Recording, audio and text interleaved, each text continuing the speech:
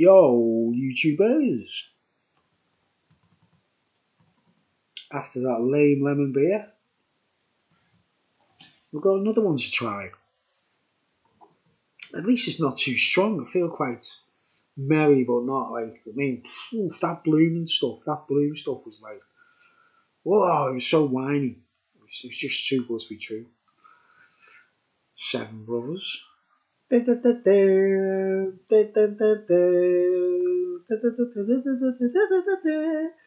the Hop Foundry and Seven Brothers collaboration number 2. Peach flavour.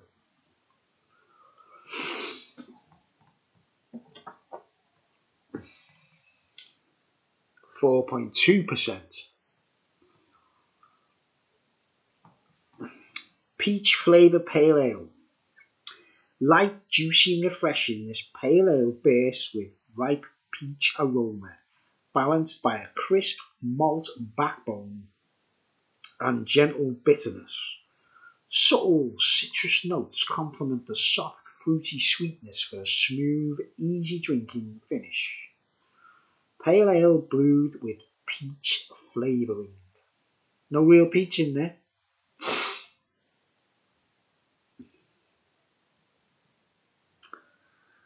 No ingredients. Contains barley, may also contain oats and wheat. May also contain oats. How can you not be sure about that? Because the other one was a bit oaty and milky, if you know what I mean.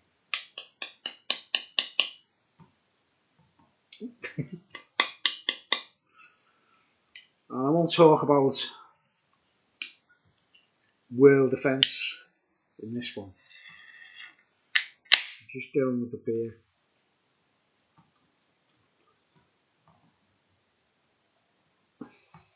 I was going to do a proper speech about it, like, and talk about things, you know. My spin on the old bloody thing going on, mate.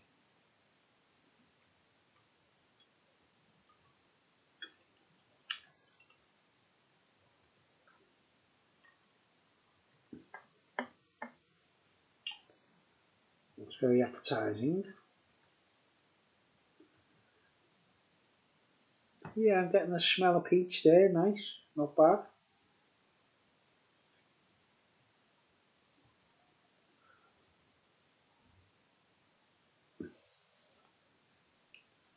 I could never eat peaches when I was a kid, I didn't really like it. I had a hard time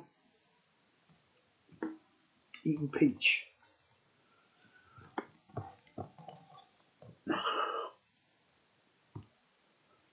Bit of a more normalised head on that one. Very dark, muddy looking.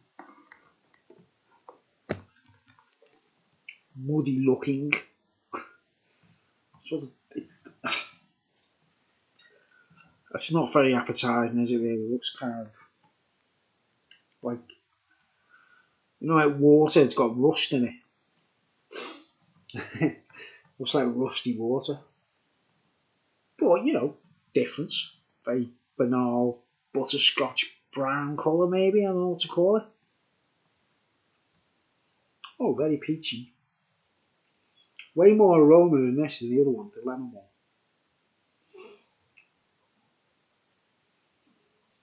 Smells fresh. Smells alright. Just going to get straight in there, lad. It's the Hop Foundry and Seven Brothers collaboration. Peach flavoured pale ale, 4.2%. Au palais.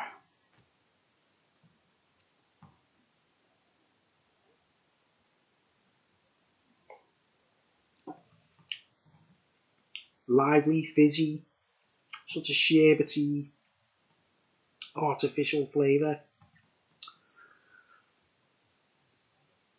Got a nice milky, malty aftertaste, like the other one, bit caramelly. Water's nice. I didn't say that on the last one, did I? But water's nice. You know, you can always tell when you have a beer, and you can get that's a spring water vibe off it, you know. But most bog standard breweries must just use water, mustn't they, and don't treat it, you know. But for craft beers, they usually treat the water, don't they? And this has got nice water. It's like a flavoured peachy water fizzy drink thing.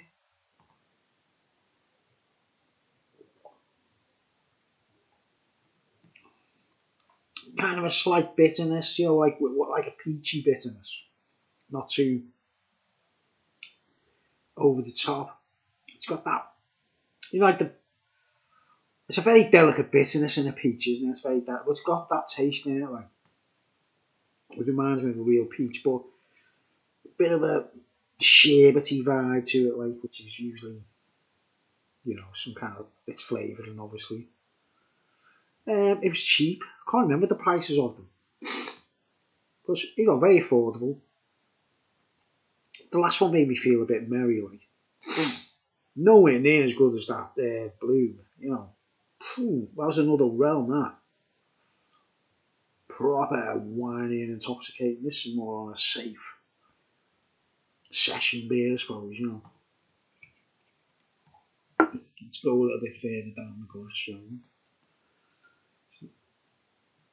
Not that hot, like, but, you know, feeling merry. Very unique colour.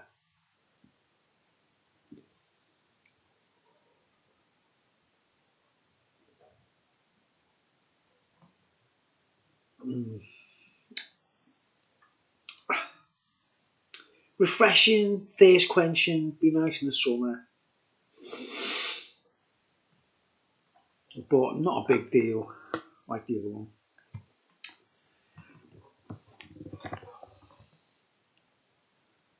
See the way it's the heads last a bit longer, a bit more normal, and shall we say,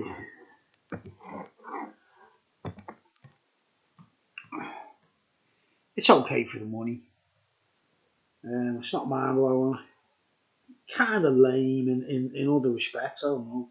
I suppose we've had too much of a good thing, haven't we?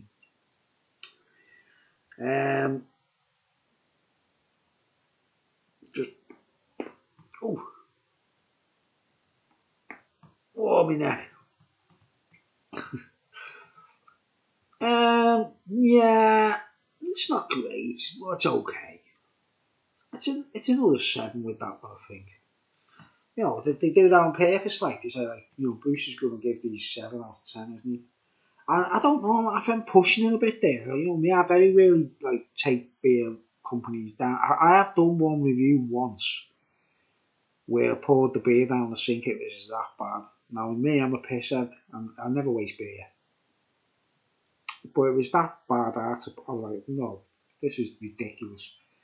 Sugar Tuck or something brewery it was called. You know, they do it in Home and Bargain. You might, I think it was on a live stream though when I reviewed it. Like I was like, this is so crap. I'm pouring it down the sink.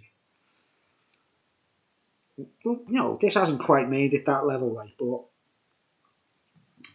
not mind blown. But I give that a 7 out of 10 because the water's nice. Like I say, it's thirst quenching and it's cheap. It's a good price from Aldi. Not very exciting. Unfortunately, I've got one more of these to review. I've got reviewitis, you know, like it's a condition. You go, well, how many doctors are talking to people? I'm a doctor, I can't stop reviewing things on YouTube.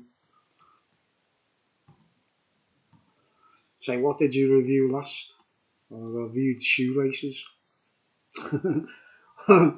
Because like you can't once you start. I admit I'm sort of addicted to reviewing beers. I'm not really addicted to drinking beers. I can quit and go. Like I haven't had any CBD for like a world record 2 weeks now, guys. You know what I mean? I'm having, you know what I mean? The CBD stuff. I've quit that for a while, like, you know. But it's because I want to get back into recording me. I need to finish my record, my album, produce my album, like. And I need to be a clear head, like, you know. Finish off drum programming and stuff like that. Would you buy my album? The album's going to be called Samurais and Strippers. Number One and a Dog is the name of the band. samurais and strippers. You know, I'm trying to work on it and try and get all the songs together and try and make like a proper CD and then limited edition. You know what I mean? I'll be selling it directly. If anyone's interested, number one on the dog, samurais and strippers, double CD. One disc is for the samurais to meditate to, and the other disc is for the strippers to dance to. Because, you know, they're doing it anyway, aren't they?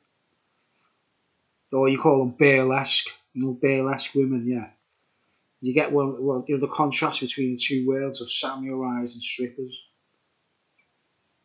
And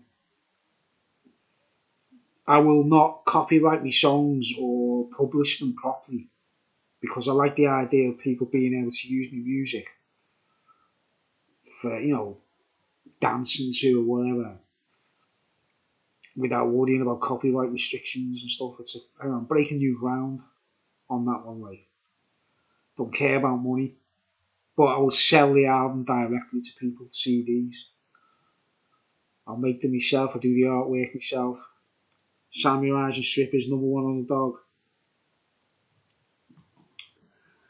Sign every one of them, number every one of them.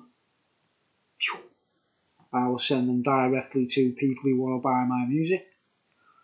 No shops, no Spotify, no stream. I might stream them. I might, you know, do a stream service like if I can. Like I just can't be getting my head around using a streaming service because you've got to get the loudness right and all that business, haven't you? You've got to set to a different, like MP3 level. It's a very complicated matter. But you know, strippers are out there doing the funky thing anyway. So why not use my music?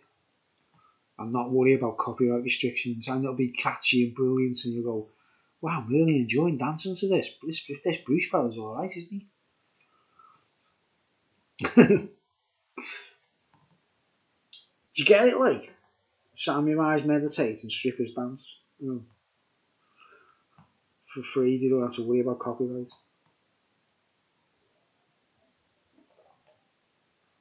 I've never registered with the PRS, it's called PRS, the Performing Rights Society. Most artists register with them. You pay a fee or whatever. And any music you put out, people got to pay to use it. I don't like that. I'm like Banksy. I want people, you know, like Banksy does a picture on a door or something or a wall, and people just take it and then put it in an auction. Well, I'm a musical Banksy, you know what I mean? I do it like, I like the idea of someone in India, you know, doing copies of my CD and making money off it and getting some food from it or whatever. Like, don't you think that's a good idea? Anyway.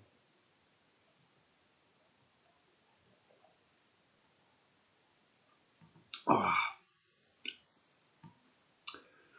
yeah. It's a 7 out of 10 with that one. It's kind of lame. But it's a bevy, it's face quenching. See you later. Thanks for watching. Thanks. Thanks for watching. Thanks. And look, the ultimate beer on earth. Get your asses to the Isle of Man, guys, look.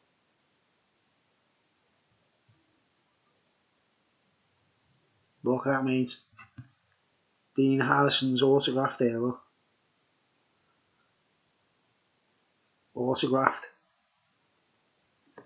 Cool that, isn't it? Laminate, look.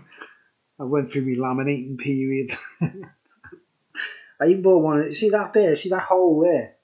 Have you ever noticed these things? You know, people make stage passes, yeah, because I made my own stage passes like a work of art. You know, there's no stage, there's no gig, there's no, you know, the stage pass is the spaceship, it's to get you on the spaceship, you know. But you see that hole? I believe it or not, I had to buy a tool to do that. Like, there's actually a tool that does that, like. And I bought one, you know what I mean? I went to great lengths, like, you know, because I tried doing it, like, by hand, you know, I said, oh, I'll just cut a hole in the plastic, and it was a disaster, you know what I mean? So you get this special gadget that does that, like, it's weird, isn't it?